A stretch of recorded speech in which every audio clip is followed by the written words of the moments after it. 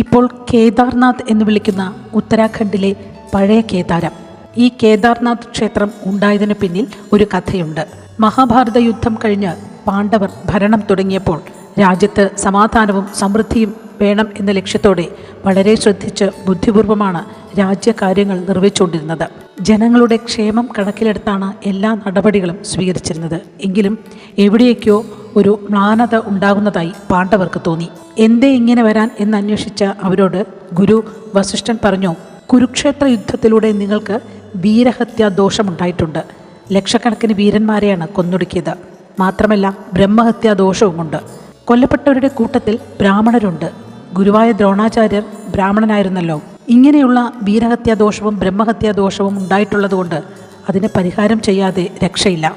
ഈ ദോഷങ്ങൾ ഉള്ളതുകൊണ്ടാണ് ഭരണം വിജയിക്കാത്തത്. ഇതിനുള്ള പരിഹാരങ്ങൾ സാക്ഷാൽ പരമശിവൻ പറഞ്ഞു തരും. അതുകൊണ്ട് ഭരണം അനന്തരാവകാശിയെ ഏൽപ്പിച്ച് പരമശിവൻ എവിടെയാന്ന് വെച്ചാൽ കണ്ടെത്തുക.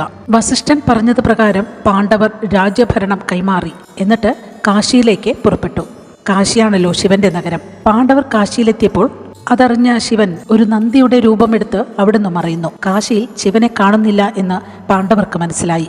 ശിവൻ എവിടെയോ മറഞ്ഞു എന്നത് തീർച്ചയാണ്. അവർ ശിവനെ അന്വേഷിച്ച് നടന്നു.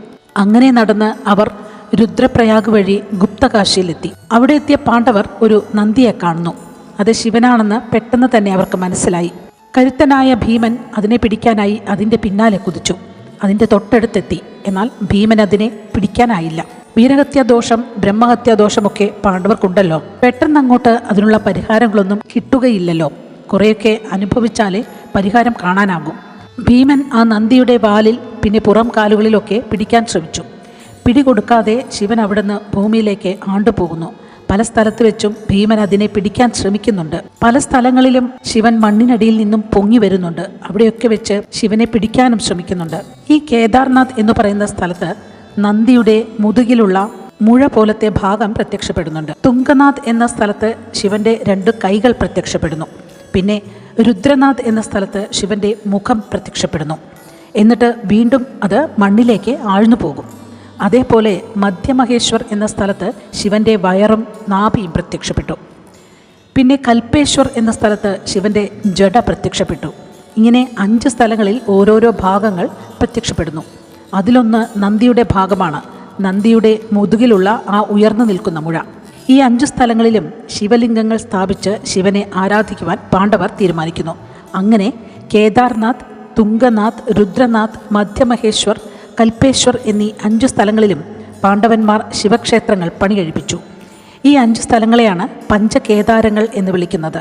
നാനാദിക്കുകളിൽ നിന്നും തീർത്ഥാടകർ പഞ്ചകേദാരങ്ങളിലെത്തുന്നു. അവിടെ ചാർധാം എന്നൊരു തീർത്ഥാടന ക്രമം, തീർത്ഥയാത്രയുണ്ട്. 4 ധാമങ്ങൾ, ബദരീനാഥ്, കേദാർനാഥ്, ഗംഗോത്രി, യമുനോത്രി എന്നിങ്ങനെ 4 ധാമങ്ങൾ. ഇവിടേക്ക് തീർത്ഥയാത്ര പോകുന്ന ഒരു ഏർപ്പാടുണ്ട്. അതേപോലെ കേദാർനാഥ്, തുംഗനാഥ്, രുദ്രനാഥ്, മധ്യമഹേശ്വർ, കൽപ്പേശ്വർ എന്നീ പഞ്ചകേദാരങ്ങളിലേക്കും ധാരാളം തീർത്ഥാടകരെത്തുന്നുണ്ട്. ഈ 5 സ്ഥലങ്ങളിലും ഏറ്റവും പ്രസിദ്ധമായത് കേദാർനാഥാണ്. കാരണം നന്ദിയുടെ രൂപത്തിൽ ഗുപ്തകാശിയിലെ മണ്ണിലാണ്ടു മറിഞ്ഞതിന് ശേഷം ശിവൻ ആദ്യമായിട്ട് പ്രത്യക്ഷപ്പെടുന്നത് കേദാർനാഥിലാണ്. ആദ്യം പ്രത്യക്ഷപ്പെട്ട സ്ഥലം എന്ന നിലയ്ക്ക് പ്രാധാന്യവും പ്രത്യേകതയും കൽപ്പിച്ച് അവിടെ പ്രതിഷ്ഠിച്ച ശിവലിംഗം ഒരു ജ്യോതിർലിംഗം ആണെന്നുള്ള വിശ്വാസവും അതനുസരിച്ചുള്ള ആരാധനയും നിലനിൽക്കുന്നുണ്ട്. ശിവൻ കാശിയിൽ നിന്ന് അപ്രത്യക്ഷനായി പിന്നെ ഗുപ്തകാശിയിൽ പ്രത്യക്ഷനായല്ലോ. അവിടുന്ന് വീണ്ടും മണ്ണിലേക്ക് ആണ്ടുപോയി മറഞ്ഞ സ്ഥലമായതുകൊണ്ട് പാണ്ഡവർ ആ സ്ഥലത്തിന് ഗുപ്തകാശി എന്ന് പേര് കൊടുക്കുന്നു. കേദാർനാഥിൽ ശിവനെ ആരാധിച്ചുകൊണ്ട് പാണ്ഡവർ കഴിഞ്ഞുകൂടി. അങ്ങനെ ദീർഘകാലത്തെ ശിവാരാധന കൊണ്ട് വീരഹത്യാ ദോഷങ്ങളിൽ നിന്നും ബ്രഹ്മഹത്യാ ദോഷങ്ങളിൽ നിന്നും മോചനം നേടാൻ പാണ്ഡവർക്ക് സാധിച്ചു. പിന്നെ അവിടെ നിന്നങ്ങോട്ട് അവർ സ്വർഗാരോഹണത്തിനുള്ള യാത്ര തുടരുകയായിരുന്നു. അങ്ങനെ പാണ്ഡവർ സ്ഥാപിച്ച ക്ഷേത്രങ്ങൾ കാലക്രമേണ ക്ഷയിച്ചു. പിന്നീട് ജഗദ്ഗുരു ശങ്കരാചാര്യ സ്വാമികളാണ് ക്ഷേത്ര പുനരുദ്ധാരണം നടത്തിയത്. ഉത്തരാഖണ്ഡിലെ മന്ദാകിനി നദിക്കരയിലുള്ള ഈ കേദാർനാഥ് ക്ഷേത്രം ഇന്ന് വളരെ തിരക്കുള്ള ഒരു തീർത്ഥാടന കേന്ദ്രമാണ്.